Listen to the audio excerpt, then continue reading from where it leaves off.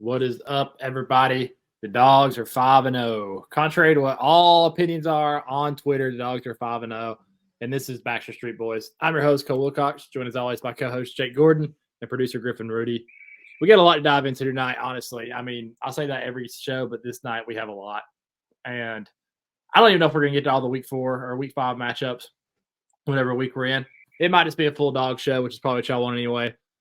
So, I'm not going to waste y'all's time here, but if you could please like and subscribe to the show, just please, while you're watching it, just hit that like button. Can't tell you how much that helps us. We've seen the growth the last few shows. It's been awesome. We appreciate you guys listening in and watching and commenting. Y'all are the best. So if you could please like and subscribe to the channel while you're watching. It doesn't take any more time. You can just do it while you're watching. We would really, really appreciate that. So without further ado, let's roll. It's the Dogs! It's the Sandler, baby! Oh, he's running over people. Just stepped on their face with a hobnail boot. The freshman just ran it back to Philadelphia. No! Goal! Your sideline, and it's intercepted. Intercepted, Keely Ringo. Touchdown, Georgia. I know I'm asking a lot, you guys, but hunker it down one more time. Kind of like homeless right now.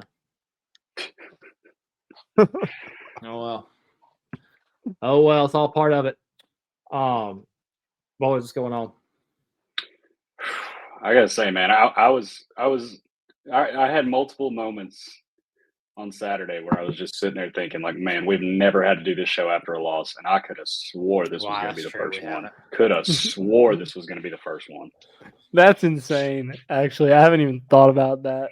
By the way, actually, Ohio State is definitely the most like we're going to have to do a show after a loss. I felt, but that one was this was probably the second closest, I would say. In the Ohio State one, that would have hurt bad because we had quite the show before. Auburn would have hurt bad too because we sat here, but like Auburn was a little different. It was like, I don't know how that we could possibly lose. They're so bad, and I stand by that. They threw for like the box. If you look at the box score without the final score, you they still didn't throw for 100 yards. They threw for 88. No, yeah, it's honestly insane. Like this game is such an anomaly. Like they didn't have a 100-yard rusher. They rushed for a decent amount of yards against the Georgia team, but not like for other teams. Like it was still right around 200 for a team that didn't move the ball at all passing. Like 200 is pretty standard. Like their highest receiver had 44 yards. It's such a wild box score looking at it. It's almost like you can't even believe what happened, but then you watch the game and it's like, oh, this is what happened. Yeah, I want to preface this by saying too, I had absolutely no idea that Auburn had beat they had beat what was it, 5 number 1 teams in a row at home. Unbelievable. Which is just insane. Like hats off to them. I completely believe it. Yeah. That's absurd, man. The last 5 times you played the number 1 team in the country in your stadium, you've won. That's absurd. Yeah, we beat the odds in this game. We should have been an underdog. Is really what it comes down to. I got to give them credit too because, like, if you can't throw the ball, you might as well make a game plan around that and not, I guess waste your time for lack of a better term. And they had some long downfield passes that Georgia made good PBUs on. They, like we said, they ran for 219 yards. But if you take away that Peyton Thorne 92-yard run, which I'm not a big person, it's only like 3.8 yards per carry. Exactly. But I will say they had some downfield shots that either their guys dropped or we made some plays on, or else this could have went very, very differently. Yeah, and I mean, no one's ever accused Hugh Freeze of not being a very smart offensive play caller. Like that's what he does. Like he's very creative. He'll give people fits. Clearly, he needs a quarterback to make everything he wants happen. But that's literally every offensive coordinator in the entire country. So, like, that's not really a knock on him that he needs a good quarterback to be good. Like that's just how it is. I want to sort of start off this whole thing by saying this. I was on here after South Carolina game, actually after UAB game, telling mostly Griff, but like that's just how Griff is. He will never. Well, listen, guys, I'm in touch with the reality of this team right now. No, I am. We'll see. We'll see as the show goes on. I am. But I am an optimistic person. I refuse to. I'm in denial most times about the Dogs when things are bad. But That's just who I am. But I feel like I'm in a pretty decent reality right now. Well, here's what it boils down to. I said on the last show, everybody's on Twitter right now saying Dogs are sleepwalking or we play down to our competition or this, that, and another. Like, and I even had not be that good. Yeah, out of frustration, I tweeted during the game like this might be one of the worst games we ever played. It was after Dejon almost fumbled. But then I just thought about it for like 5 seconds and I quoted it and I'm like, actually, no, it's not. Like, it's not the worst game we ever played because we don't know how good this team can be. Like, we have no record of how good this team can be. All we've seen them do is be pretty mediocre. Like, mediocre is a harsh term. They've been an above average team, a top 15 team in the country this year. They have not been a top 5 team in the country. They have not dominated a single team we've really played. They've pulled away from the very, very, very, very inferior teams, but they did not dominate South Carolina. They did not dominate Auburn, who are also inferior. And, on a talent scale, we're as good as anybody. We're one of the most talented teams in the country. In terms of actually playing football, we have not been that yet. So until we see what we can do, if we go out on Saturday and beat Kentucky by 24 points and it's just a dominating game, then we will have a benchmark for this team and be like, this is what we can be. So then anything after that, if it's lower than that standard, then yes, we played below our standard. Up until then, we have no standard.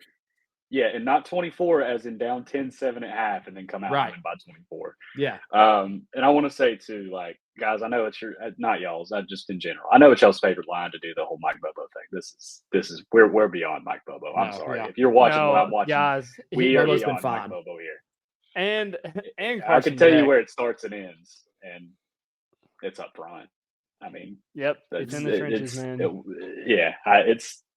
That's how you get run on for 200 yards and can't protect, and that's just what I've seen. Mean, you wonder why this team seems less dominant. It's because the past 2 years we've had the most dominant line of scrimmage on both sides of the ball in college football. I mean, that's what it boils down to. Now, I'll pause right there before we crack on both lines of scrimmage. Our interior defensive line is very, very, very, very good. Yeah. Very good. They ran nothing up the middle. Absolutely nothing up the middle. Nobody has. Yeah. The edge was the issue. The edge has been an issue. The right side of the offensive line is an issue right now, but we knew that. Amarius Mims goes down. Like, he's a first-round guy. Like, what do you do? Like, hopefully, we should be able to replace him with very talented players. Like, that has to be better, obviously. But dude, yeah, it's not even like a pinpoint thing to me right now. Like, if this guy gets better or this position group gets better, we'll be better. It's team things, man. Like, number one, turning the ball over in our own territory on the road. Like, that's how you lose games. It's a wonder we won that game. And like, that's what we said. We're gonna give Beck his flowers later, but like, you can't do that. The only way that Auburn was going to win this game is if we just keep turning the ball over and make stupid mistakes on special teams, things like that. Like, I mean, Mekhi Muse too. He got on the ball, but I mean, he almost that fumble. Yeah, that was almost a disaster. Yeah, I mean, that could have been a game loser. That's a game loser. You drop it right there. Yeah, and so there's just traits this team is doing that we have not done the last 2 years, and it really started when you have like. Pretty much, here's how we've dominated every single game we've played in for pretty much the last 2 years is even if the offense stalls out and they get to 50 around midfield, we pin them deep. We usually have a negative drive for the other team, and they punt it back to us on the 50 and we score. Like, that's like worst case scenario for our team the last 2 years. It's been unbelievable. We flip the field at the very, very worst, and then we get the ball back at midfield and we go score quick. Like, that's like our worst drives. Oh, we stalled out the 50. Then we pin them inside the freaking 3-yard line. I text Griffin and Jake, and I say, this right here will define this team for me, this drive right here. The next play, we got Peyton Thorne, who's never rushed past the line of scrimmage in his entire career, running wide open, freaking butt naked down Jordan Hare's sideline. And he's just outrunning everybody. We got, people jogging after him. And he's just torching us. He's just running down the field. Thank God we stopped him, but they end up scoring. That right there is we haven't done that in 2 years. That was brutal to watch. That one killed me. That one broke my heart a little bit. Actually, it fired me up. Like, you have them pinned. Like, the offense didn't score, but they did their job. They flipped the field on the road. Like, go get a freaking stop and get the ball back in plus territory. And we did not do that. And that was very disappointing. Yeah. I'm not advocating for hurting anybody, but the way he was running, man, he was running kind of gingerly, and I'm like, dude, ring this guy's bell, and he'll stop. Like he will not want to run after that. And it was just, I don't know, the defense feels a little timid. I think that's probably the best word for it. Yeah, they need to come out and just, I don't know, just be more physical. I don't know, man. Kentucky ran for 350 yards last week. We'll talk about Kentucky this week, but I certainly don't feel as comfortable about this game as I have in years past. I think it's which I guess you could say about all of them. No, I mean, I don't really know how you could possibly feel comfortable right now. It's on any game because Auburn stinks. Like we did play at Jordan-Hare. South Carolina really stinks. Like let's call it spade a spade. They stink. Yeah, we tried after that game to kind of talk them up. It was still early in the season. Like, oh, Rattler, he's pretty good. Tennessee just freaking dog walked him, and Tennessee's not good either. So we have, I don't know how you could possibly be that confident rolling into a game yet.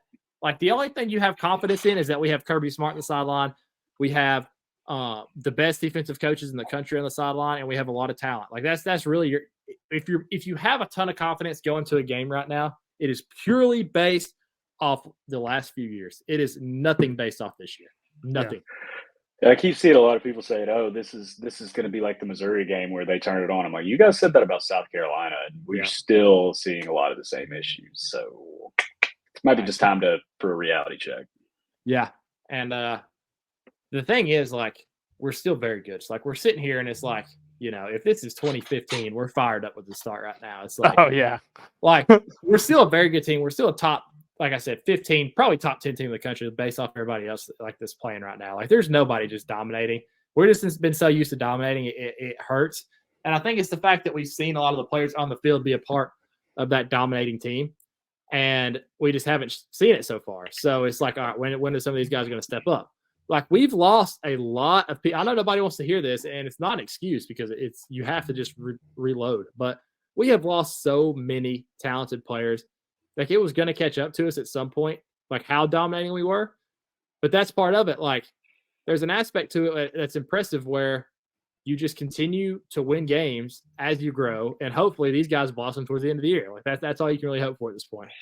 Well, yeah, the thing is too is we didn't expect that much of a learning curve out of these guys. Pretty much everybody on this defense played very extensive snaps last year. Like this isn't some brand new group. Yeah, but hey, I didn't have any. We're not an excuses podcast.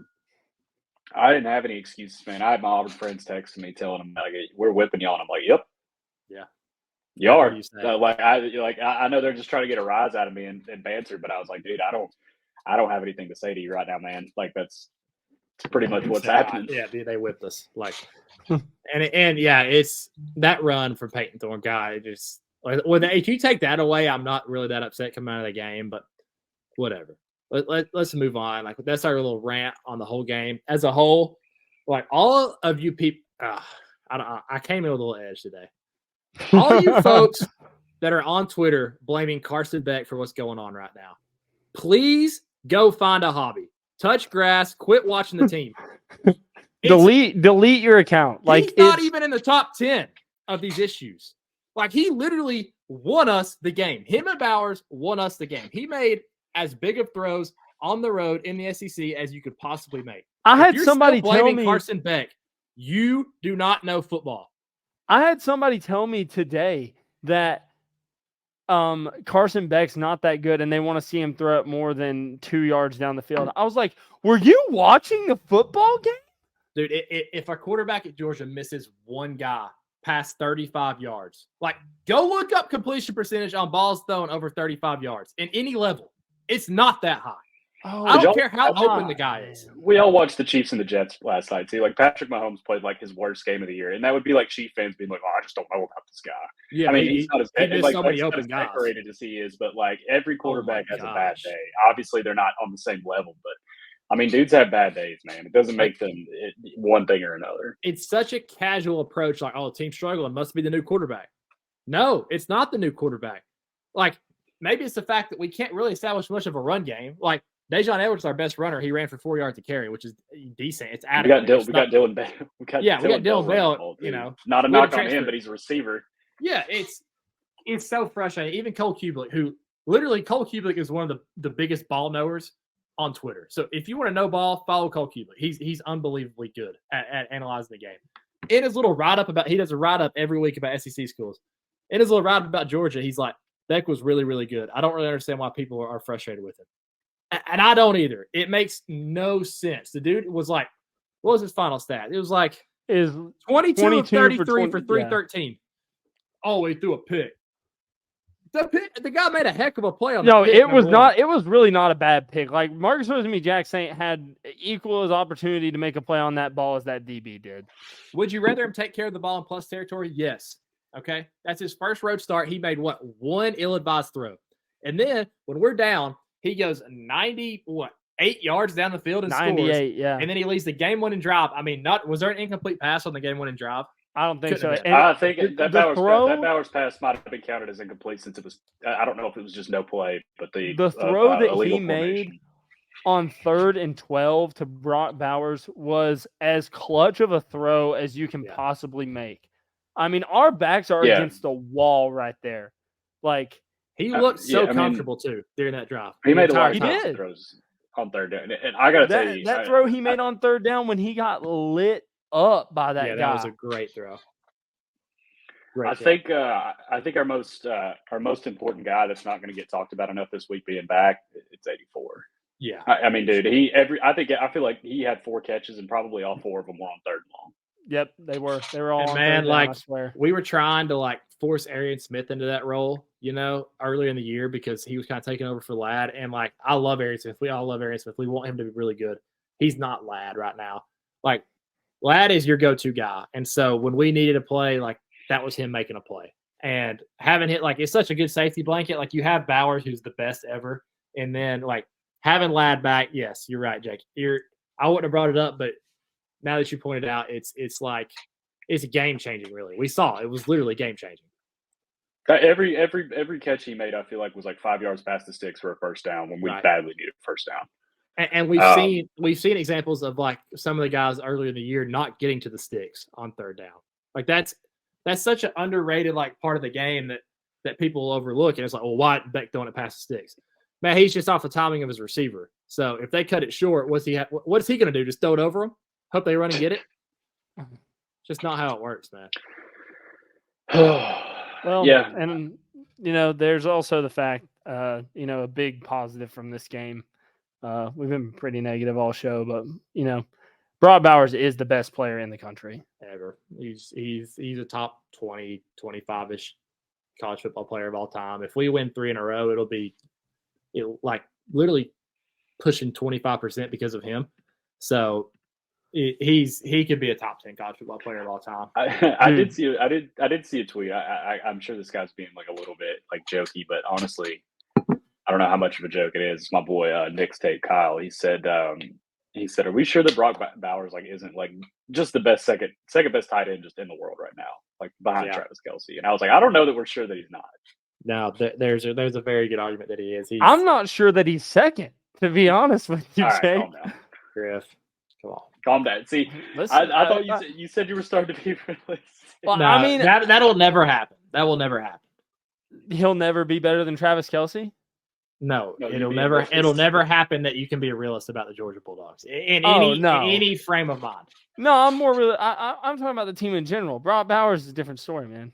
He's a freak. Come on now. You can't say he's better than Travis Kelce right now. I'm not. It's a joke. Come on now. I'm not being serious. You were dead serious. No, I wasn't. I wonder sometimes if you were being dead serious. I was not being dead serious. That's what we needed. That's what we needed to get me off the edge. I stop blaming quarterback every time something goes bad. That's all I'm going to say. Well, anyway, Jake hit on it right at the very start. Something tells me we're going to have this conversation every week. Every year, dude. Every freaking year. I mean, it's always the next time. If Stetson played tomorrow, there'd be people this guy sucks. Okay. Get back in there. Yeah. The blocking has to be better. It wasn't terrible. It has to be better though. Dejon Edwards, thank you so much for coming back. You're awesome. I mean, the dude runs so freaking hard. He runs like he wants, he just wants yards on every carry, which is all you can really ask for. He fights through contact. He finds holes. he does the absolute most that he can possibly do. 19 for 76 and 2. That's all you can really ask for. Our receivers are really, really good. Our offense is not an issue. It's a non-issue to me. No, it's not. Yeah. Dude, I will say you got it. with this team, this is like just kind of silly, but this was something that came across my mind. Like if this was the NFL and this team could make trades, like we would so trade for Jonathan Taylor. It would have already Oh been my done. gosh. if we could, we're in a world where we could trade for a running back right now. Yeah. Oh my God, we would have one so fast. Mid-season transfer portal. That would hit so hard. Yeah, a game changer back there would be so nice.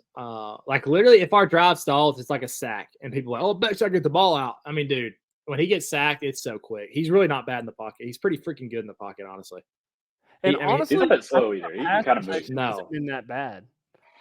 The pass blocking hasn't been terrible. It hasn't been great, but it hasn't been terrible at all. No, it hasn't. But, it's the off. Like I said, if I'm thinking about what could be corrected, like the offense is far out of my mind right now.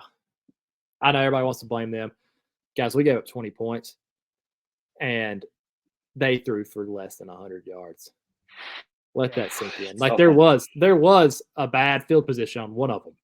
The offense did make some mistakes. Like, I mean, we had 2 turnovers that were, a fault of the offense. But yeah, I mean, Delp fumbles. Like, it's his first year playing. You hope he doesn't make those mistakes. Like, you can't just allow it if you're Kirby. But it's just one of those things. Like, he may never do that again. After doing that one time, he may literally never do that again. So it's just part of it. Like the interception, you'd rather, like we already talked about, I want to hit on it again. But they drove the ball down the field multiple times. Like they were converting on third downs. Like they were doing things that they weren't converting on third down at first. By the way, I think they were 0 for 7 on third down, and they were beating us by 10. That was what was really driving me crazy. And in the second half, when we needed the ball back, it was like, all right, 3rd and 7 right here. This is where we get off the field, and then something fluky would happen. It's like, dude. So it's just one of those things, man. Like the defense has to be elite. Like we expect an elite defense. We've recruited better than anyone on the planet defensively. We have the best head coach in America, who's the best defensive coach. We have the 2 best defensive coordinators, in my opinion, and Muschamp and Schumann. Like it's I don't think it's a scheme problem for sure. It's an execution problem.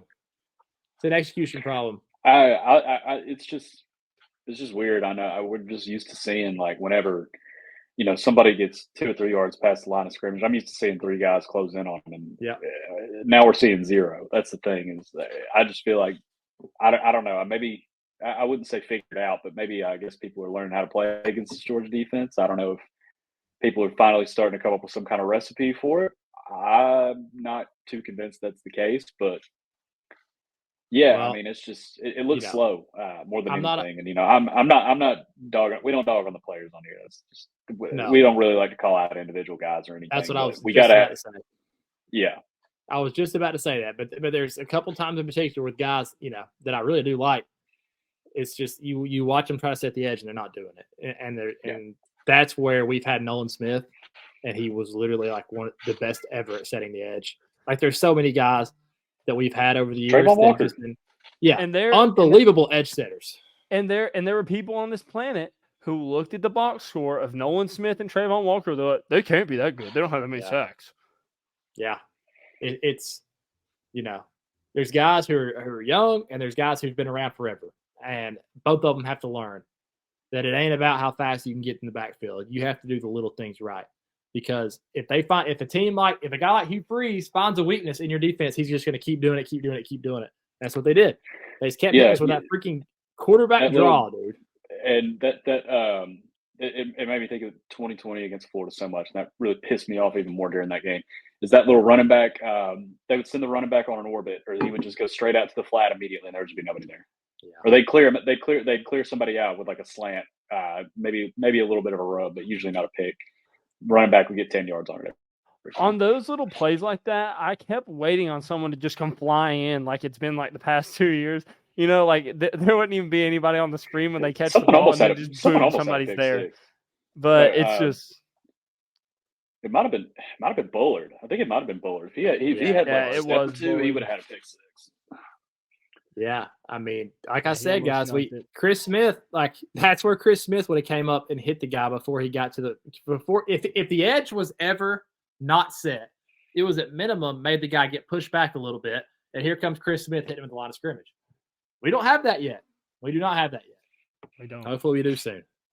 Chris Smith. Well, is yeah, awesome. like I said, we're playing a team that ran for 350 yards last week. Ray Davis is going to be a potential issue for us. The thing is, like it was a very different 350 yards than what Auburn ran for. Like it was just, we're going to line up and push you off the line of scrimmage, Florida. We're going to bully you back home. I really don't think anyone can do that to Georgia. Like I said, our interior defensive line play has been awesome. Awesome. And that's what we needed to step up. Like when Jalen Carter missed it, I'm like, dang. I really forgot to think about the edge because we're so talented there. You don't think it should matter, but it matters. Like talent doesn't set the edge. Discipline sets the edge. Toughness sets the edge. Talent is able to set the edge, but it's got to freaking do it. Like that's been an issue so far. I thought linebackers played pretty well. They were out of place a couple times. That's going to happen. The corner, I mean, Everett played really well. Everett played some of the biggest plays of the game. He played. They were targeting really all well. game, and he's going to get targeted all game because Kamari Lasher's on the other side. Huge PBUs. Yeah, and it's just like it feels like we always have one corner on one side and a guy that's stepping in on the other side. The guy that's stepping on the other side is going to get targeted at all year until he proves that he can stop it. Kamari had to do it last year. Keeley had to do it before him. Like Stokes had to do it before him. It's just part of it. Tyson had to do it before him. And, when they step up, things change. Dale never has stepped up. So yeah, I don't think anybody. I can't point at anybody and say like you had a bad game. You were a liability on defense, and it was just kind of those intermediate. Every once in a while there's a lapse of someone not doing their job. But yeah, there's definitely not somebody you can just point at and say like you were a liability. You cost us big time. I'd love to sit in on some Kirby meetings this week. I don't know what he's like. I don't know if he's taking like I'm going to kill him approach, or if it's like we're all right, like we're 5-0 approach, like don't worry about it, so you don't freak him out. I don't know what he's going to do. I'd like to see it though. I think I bet he handles it differently. I bet it's like some guys like Chaz Chambliss. It's like he knows. Hey, bud, he knows. You've been here long enough. You better figure it out. Like, and then there's some guys who are brand like Tyke Smith, who's been around a long time, but he's just starting to play again. It's like, hey, but you're going to get it back. Like keep rolling. Like I don't know that for those two guys for a fact, but like. I feel like Kirby knows his audience a little bit, knows which guys can handle what, and the guys that can handle it a little bit, he's giving it to them. Oh yeah, absolutely. I bet JDJ can handle a freaking butt chewing like nobody's business. I know he's got to be hardest on Smile and JD. It's got to be his middle linebackers that get it the worst than anybody. Is Smile banged up? Is he still hurt? He might be, but man, you couldn't tell. I think he had 11 tackles and a sack, maybe 2 CFLs. I just see a ton of Xavion Sori. I know he's good and very talented, but like Smile is the truth. So he's got to be banged up. I don't know why he's not on the field. Yeah, I wouldn't doubt it. He never left the field last year. Yeah, he never did. We have rotated a lot at the linebacker position this year. I feel like. Listen, yeah, and there may be stuff none of us three would ever claim to be the smartest football people on the planet. Not even really close. And really, I would say in no room, but I literally watched the games with all Tennessee fans. So I was definitely the smartest guy in the room on Saturday. But like there could be some things that are just not happening right now, like Kirby rotating and just getting guys thrown in the fire, knowing that he has a leash on this season because of the schedule, which just continues to get better, which happens every freaking year where preseason is like, oh, the Georgia schedule sucks or so-and-so schedule sucks. Next thing you know, we got like freaking 7 ranked teams in a row to play. Yep. So, it's going to happen. Auburn, everything plays out. Was Auburn ranked to start the year? Were they like number 24? No, I don't think so. But if they're ranked at any point in the season, it's accounted. South Carolina was last week, so that's a ranked win. We already got one under our belt, boys. We're up to a hot start. Yeah. What a joke. Ranked wins. Brett Thorson still one of the Brett Thorson multiple. There was a touch back there that should have been a pin on the one. Hands down, one of the most important players on the team. We're just going to keep saying it every week. Yeah, talk us through the rest of the special teams, Jake. What'd you see? Woodrick. Dude, Woodrick's got a boot. He had those couple missed kicks. Dude, he's got a boot. And if he's making kicks, he'll be fine. He all of those kicks I was very nervous for. I think there was 2. Was there 3 or 2? I think he kicked 2 field goals. 2. Yeah, just two. Neither one of them particularly long, but they'd have been good from 65. I mean, One they were was pushing probably 40, wasn't it? I think 38. But I mean, dude, he was booting them. He's got a cannon on his leg. If they're going in, I was worried about him in the pressure spot. This is probably about as high pressure as you can get. But he nailed him. Makai Mewes, really good kick returns. Our gunners were getting down on punt returns. Their punter was awesome, by the way. I don't know who that kid is, but he was booming them. He pinned us multiple times. I mean, he gets a lot of practice probably throughout the season, so I mean, he's got to be pretty dang good. Yeah, you got Peyton Thorne as quarterback. One of them doesn't count because it was when we just sent everybody and didn't put a return back. He did have the 71-yard punt, 3 inside the 20. So yeah, no, I mean, I think that was one of those games where a special teams mistake could have cost us dearly. Like especially that Makai Mewes one, like we said, that would have been the game. Because I think that was the drive that we went down and scored and took the lead. I believe. Because I know it was towards the end of the game. Yeah. Yeah. I mean, it's so hard. It's so frustrating just because we expect excellence. But at the same time, like it's just one of those things where I'm excited for Saturday now. Like usually we play Kentucky and I'm like, I'm going to the game, baby. I got tickets. I'm going. Nice. My first game of the year in Dude, it's going to be fun because it's like, who knows? We might have a nut cutter on our hands. You have a little bit of nerves going to Saturday, which I don't want to say I missed, but I did miss. It is fun. Like the end of the Auburn game was fun. I'm sitting here on my couch watching it and I'm like, it's almost it wasn't fun at the time. No, it wasn't fun at the time. But when we started driving, once we crossed the 50, it was fun for me because I'm like, it's not. It was real fun whenever Brock Bowers made those back-to-back one-handed catches. That was unbelievable. That was one of those moments where you like stand up and you're like, did that just happen? Like, yeah, he's dude. It's like I don't want to say you're gonna just glaze him, dude, but he's like he's unbelievably good. I cannot stress to y'all how you better just appreciate it because we will never see this again. We won't. Someone asked me, they were like, "Why don't y'all do this all the time?" And I'm like, "Dude, he's like a concealed carry pistol. We only use him when we need him. When we need him, he's coming out." It's just crazy how it seemed like he was running these same routes and they were just wide open. I mean, even when they weren't, the first one-handed catch was absurd. Absurd. No, one was that the one in traffic? Yeah, when the first one when he turned back and it was behind him. Good throw too, really good throw. Yeah, it was. It was a really good throw. The haters will tell you otherwise, though. Oh yeah, we didn't lead him. Well, it led him right to the freaking safety. What was I about to say? Oh, and he showed like the most emotion I've ever seen him show on one catch where he got up and clapped 3 times. Oh, wow, Howard's fired up. Yeah, after that, like, was that the 3rd and 12? No, yeah, that was it was a third down though. On I think it was the 98-yard drive when we tied it. I think it was a tying drive. He usually he scores a touchdown. He gives like a little double fist pump and then runs and jumps. But he got up after the 3rd down conversion and gave 3 claps. And I was like, oh my God. He's fired up. He's juiced, dude. This dude has some pre-workout before the game or something. He clapped 3 times after a catch. I love his like press conference, dude. He's just sitting there smiling. And it's like, how does it feel to be the greatest ever? And he's like, well, yeah, we had a good look that I got excited when I saw that look again. So I was glad they threw the ball to me. It's like, dude, just literally drop it out and just flop it around and just tell them how good you are one time. Okay, last thing before we actually move on to the slate, because one thing I did want to point out, did y'all see Auburn's defensive coordinator arguing with people on Twitter after the game? No. I missed that. Yeah. What's his name? Ron Roberts or something? Yeah, no, he said something. They were like, somebody tagged him. It was like, you might want to try covering 19. Funny tweet. And he was like, if you knew anything about football, like, we had him bracketed the whole game, which I don't think is true, by the way, at all. If y'all did, and if they were bracketing, then you should probably. Dude, I don't know. I think there was a little bracket on him, but it was like the linebackers were giving him so much space, he didn't have to get to the safety. So it's like he was catching everything underneath the linebackers and then just running by. It was weird coverage.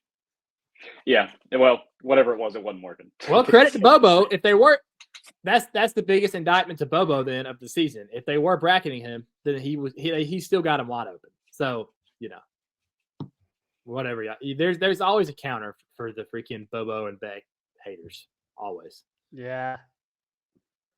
Yeah, Man, those fools are Kentucky. They're out we there, got a man. preview for Kentucky this week, and here's Kentucky is just one of those teams. I don't want to talk too much about Kentucky. That is just Georgia Junior, and that's why they beat a lot of teams because they're just so physical. But most cases, you can't out physical us. This team, you don't know yet. You don't know if they can be out physical. So we'll see. It's gonna be fun. Yeah. Let's. Anything else on the game? I think that's all I got. I think it's better to look like shit and get a win than look like shit and lose. How about that? I mean, yeah. Every day. I don't know. We are 5-0. I mean, you win every single game by 1 point. You win the national championship, and that's all there is to it. We haven't covered the spread. How awesome would it be if you knew you were going to win every game to win by 1 every single game? Just think about how exhilarating that would be every Saturday. If you could guarantee you were going to win every game by 1, I would take that. No, it would be more. No, I don't know, dude. It would. If you won every game by 1, it would be awesome. I think it would be better though if you won by every game, but you didn't know you were going to win by 1 every game. Yeah. Like before the season, somebody comes up to you and is like, "Hey, you're going to forget we ever had this conversation, but you have the power right now. You can either play it out or win every game by 1 to win the Natty." I'm like, "Give me that one." Yeah. And then you just buckle up. Well, actually, what if they said you win every game but 1, or every game by 1 until the Natty? Then I don't know what's going to happen. It plays out. Well, you also have to think about how much money you would make gambling. So, well, you forget that it happens. So you go into the season with full expectations, but you win every game by 1. Okay, it'd be exhilarating, dude. You know how nervous you'd be for these kicks, bro. Every kick's a game winner, and you're just like, oh my gosh, that'd be sick. I'd be all for that. I mean, listen, it would be the funnest season of all time if we won every game like this. Comebacks on the road, and then we ended up winning it all. No doubt about it. Well, everybody would just be so pissed. They'd just be like, "You guys weren't actually good." Oh, it'd be miserable on Twitter. But me personally, I'm pissed off at some things. But it's as a Georgia fan, I'm really not that pissed off right now because I'm just taking the team for what it is. So I'm not gonna force this team to be something they're not right now, and I'm just trying to enjoy these good games. If we do eventually win the national championship and we win games like that all year, there will be, no matter what we look like all year, there will be nothing anyone can tell me. we will have won the last 3 national championships. Now let me say though, there's no way we can play out. We've been playing to win national championships. So let's just start. Yeah, probably not. But let's just stop it there. No. There's no probably to it. This is not sustainable. Regardless. No, it's not sustainable at all. Anyway, we could hit on the slate for just a little bit. It wasn't that great of a slate, honestly. It was. The LSU Ole Miss game was absolutely electric. Classic. It was awesome. Yeah, that was. Lane Kiffin gets his first signature win, and LSU might be terrible, which is hilarious. It came down to one play, one singular play. We keep forgetting our little revolving door Pandora's box moment when the catch out of bounds. That's clearly not a catch. When Ole Miss fans started throwing trash on the field, and then none of it ended up mattering, of course. But that was not a catch. That was whack. Yeah, that was bad. I said this on Twitter, and I'm sure there's a lot of old college football snooty fans that'll be like, "Oh, you gotta have some class." I don't think we should ever do it, but fans throwing trash on the field is hilarious. It makes me laugh every time. I'm like, "Oh, it does make me laugh." I'm like, "Oh, look at these rednecks," and then I'm laughing inside. Yeah, it's really trashy, and it's actually stupid, but it's funny. I mean, it is funny. That's my point. There's plenty of trashy, it's a lot like Donald Trump, dude. Donald Trump is. I was gonna say. I didn't know if we were gonna do that. I was actually gonna say that. No, it's just kind of the same thing. You're like, look, is this dude actually saying? Right? Is this dude actually calling Kim Jong-un Rocket Man right now? As you're dying laughing. That's what I've always said. I'm like, you may not like this guy. You may think he's the worst human being alive. You cannot sit there and look me in the eyes and tell me that he's not funny. World class entertainer. World class entertainer, Exactly. and gas will be cheap. So man, it's not a full loss. A man who like has threatened to fire nukes at the United States, and Donald Trump just walks up there and is like, "Hey, yo, Rocket Man." Hey, that man Biden's funny too, though. You gotta give it to him. He's unintentionally funny. He's like, I'm tired of wearing this mask. It's like, but dog. This is so off the rails. Oh yeah, no. The funniest thing Joe Biden's ever said is whenever Donald Trump got his mugshot taken and Biden was like, "Yeah, I saw it. He's a handsome guy." Dude, that is just such a slight dig. He's such a clown too. That poor dude. It's so funny. I can't remember who said it, but somebody was like, he might be like 98 years old and not know where he is 99% of the time. But if you need a zinger out of him, he'll give you. He's still got a fastball. Still got him, bro.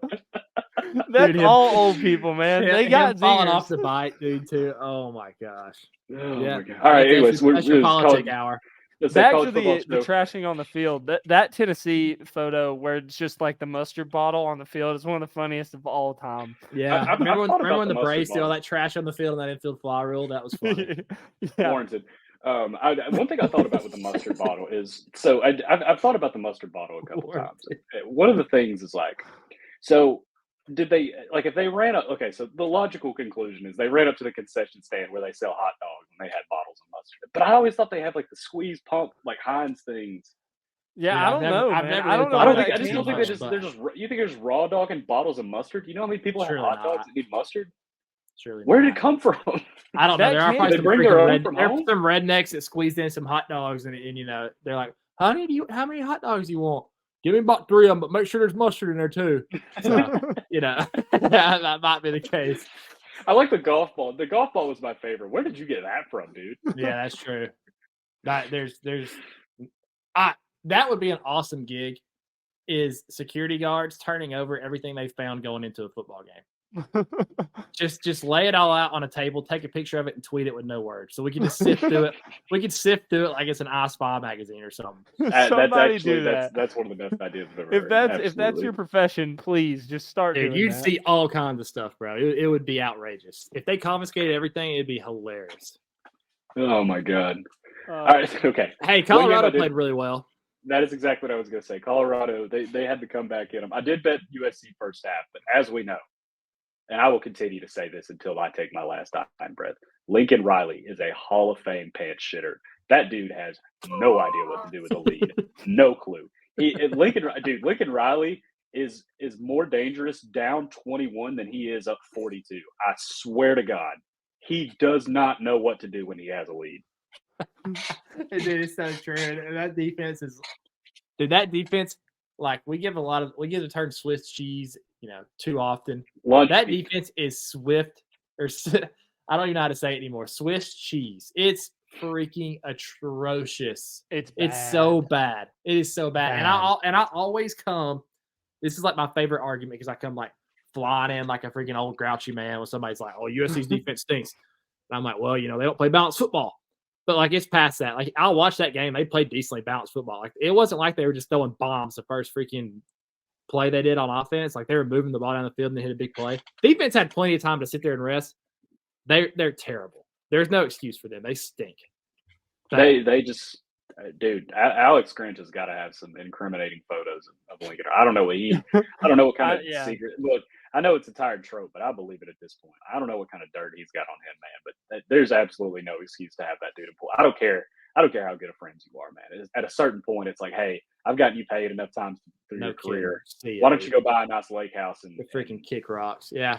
Yeah, that was Colorado showed a lot of fight to me in that second half. Like, yeah, they talk a lot, and it was funny when they got killed last week, but they absolutely got off the mat when they were down a million, and they could have just turned it in. Here's my question, though. Why did they give up? They had the ball going in to score. They just wasted 3 minutes, and they weren't like hurrying to the ball. It was so weird. And Sean Lewis is a go. Like his offense is so fast. We saw it at Kent State. Like I just don't know why they were taking their sweet time. And if they hadn't, they might have had the onside kick. They had all 3 timeouts, didn't they? I don't know if they had timeouts or not, but it was just like regardless, they may not have had the onside kick. I remember they were like They were at the 50-yard line, with like 4.5 minutes left in a 2-score game.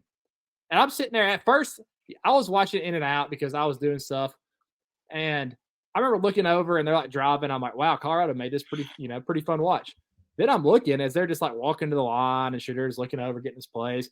I'm like, this is a 2-possession game. Like, we're acting like this is just a backdoor, 21-point ball game and trying to get some morale points. They had a chance to tie the game up. That was weird.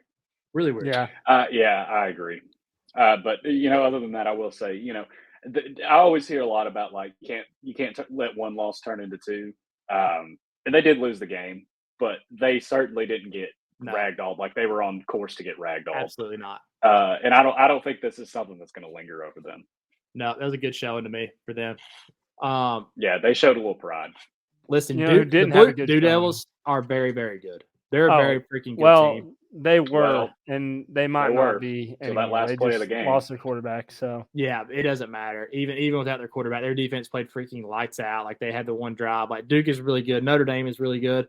Notre Dame made the plays when it mattered. It sucked. It was a heartbreaking loss on the cover. Like literally. Hey, Duke, welcome to not being a doormat anymore. By the way, this is what happens when you play competitive football, man. Sometimes you get taken right out of your chest. You lose, but I mean. Tim Elko was a slam dunk as a hire as you could possibly get. If I'm a Power 5 program that's a non-Duke Power 5 program, and I need to coach, like if I'm Michigan State, I'm giving that guy whatever he wants. Is Mike Elko an alum? Is he a Duke alum? Not sure. I think so. I think that's why he left and he went there. No, he played at Penn. So academic guy. Yeah, I guess smart guy. But he's awesome. I like Mike Elko a lot. I hope he stays. This is like Kalen DeBoer at Washington, same situation. I want these guys to stay where they are. Like I don't want these guys to keep getting just. I would not blame him for like, at least with DeBoer, they're going somewhere. They're going to the Big Ten, right? That's where Washington's going, or is it Big 12? Yeah.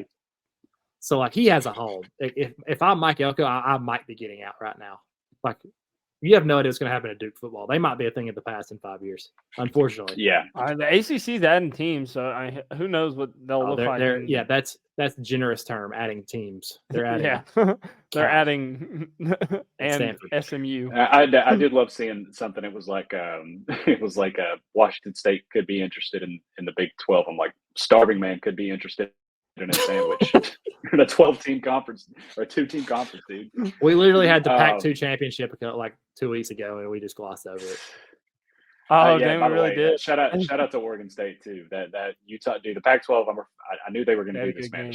They're starting to beat each other awesome, up. Guys. Pac-12 was awesome. The commissioners, the last like 4 commissioners of the Pac-12 should be Larry Scott will not see heaven for what he did. They should they should be put in prison for like 3 days. Just to like not a serious felony, but like you ruined like a lot of really good schools. You blew up an entire conference. You were so bad at your job.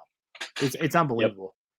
I want to say this real quick too. This is the only note I have on this game. Just remind me every year to bet Alabama against Mississippi State. I'm willing to bet they're 10-0 in the last 10 against the spread. They stomped their ass. There's one game, Jake. There's one game in like the last, like you said, 10 years that I remember being close, and that's when Jalen Hurts played at Mississippi State. They came back and won like a game-winning drive. That's the only game. Every other time, I remember watching it. I was leaving a Georgia game. We'd stopped and eat, and I was watching on my phone. That's the only reason I remember. But they kill them. They own them. They kill. Even Mike Leach, I mean, rest his soul, said in the press conference, like, I don't know what happens when we see Alabama. We just cave. Like, I can't remember. True. I can't remember exactly what year it was. Actually, I can remember. I think it was 20. I was in Las Vegas. That's what I remember about this. So it's daylight outside, but it's a night game in Starkville. And I think this is a year where Mississippi State was a very trendy pick to upset Alabama. I think it may have been. I guess that would add up with 2019, maybe. You get my point. And I just remember looking up, and it's like I think it was like 66-3 or something. Yeah, dude. And I'm like, what is going on here? They murder them. But anyways, we'll put a pin in that. But that's our yearly take. Missouri, good. Maybe. I've been on Missouri all year. Missouri plays LSU this week. So that's an awesome. I've already been awesome Missouri game. +7. It's in Columbia. I actually it's in the worst stadium in the SEC. There's a lot of good games this week. Like Alabama at A&M is awesome. Missouri, LSU at Missouri is awesome. Like it really is. Drinkowitz, dude. Listen, Eli Drinkowitz looks like he should be teaching 10th grade biology. Like the Yeah. last thing he looks like is a football coach. But dang, he's pretty freaking good somehow. Like he He's looks a like dork, the but he opposite of the gets coach. results. I mean, He can recruit Luther Burden. Like he beat Kirby Smart and staff for Luther Burden. Yeah, but he's see, really those freaking good. Missouri kids, apparently their high school coaches put a lot of pressure on them. Yeah, actually go to he Missouri, had some help, but like Kirby's went in other places and pulled out stuff. I mean, he went into Mississippi, pulled out Nakobe Dean from from LSU. That's not easy to freaking do. Like it's part of like he won the recruiting job. Like and Luther Burden is leading the NCAA in receiving right now. Yeah, he's a beast. I like Missouri a lot. Eli Drinkowitz, he is the guy in the SEC that I mean, if I was fighting a coach, I would pick him before anyone else that's not close. But, but I mean, he's done a dang good job. The Red River shootout is this weekend. It is. I was over. The 12 o'clock slate. The 12 o'clock slate is nutty. Yeah, I didn't bet either of these teams. 0-2 on these, but I did put both Texas and Oklahoma on upset alert. I said that's a huge look ahead spot for both of those teams because this is just such a look ahead spot for them this week. Washington They both State at hammered UCLA. too. Banger. Syracuse at North Carolina. Vanderbilt at Maryland. Florida. Hey, that's a big rivalry these days. Yeah, I might have to take Maryland this week, man. AJ Swan. No, don't do it. I think they're going to get man. I mean, but, yeah, they always do. But hey, they're on pace to hit the over though. Yeah, they are. Dude. Hey, what did I tell you? I told you Maryland before the year their win total. I said they'd be. I think it was 5-1. Me and Griff gave it out. Me and Griff gave it out in the Big Ten preview show we did. I forget what you were doing. That you were studying for the bar, I think, but that was our two picks. It was Maryland and we don't say I was big on that. And I took Rutgers as my other one, baby. They're already at 4. They already hit it. Yeah, well, I took Nebraska. Baby. I don't know why I keep buying into Nebraska. They suck. Oh, dude, anyway, the slate falls off a cliff after noon. I mean, we got it does. It's a problem. At least Georgia's at 7. Yeah. I'll be at that game. Yeah, so this slate falls off. This would have been a great game to go to, Griffin. That's sick. You're going to it because this is one of those where you're not missing any games by being there. Yeah, nope. That's sick. You might miss the end of Alabama A&M if it's a good game, and that would suck. But I do. Notre Dame Louisville could be a decent game, but I'm probably going to hammer the under there. I've looked at it already, and in likelihood it will be on my card this week. Just a fair warning to everyone. All right, folks, that's the show. This is Backstreet Boys, like we said. Wait, one more thing before we go. We didn't talk about Florida and how they've vanished off the face of the planet, but they suck. So they're not even worth our time talking about at this point. Graham Mertz went 24 for 25 passing though. Oh my, Jake Fromm. Anyway, Grayson Lambert. We will talk to y'all later. It was a great show. We appreciate you guys. Like we said, we love you guys. There was one thing on Twitter that we're going to talk about later or next show. Remind me to talk about what happened on Twitter today next show. Other than that, have a great week. Like and subscribe. Please follow us on Twitter and all platforms. Love you guys. Go Dogs.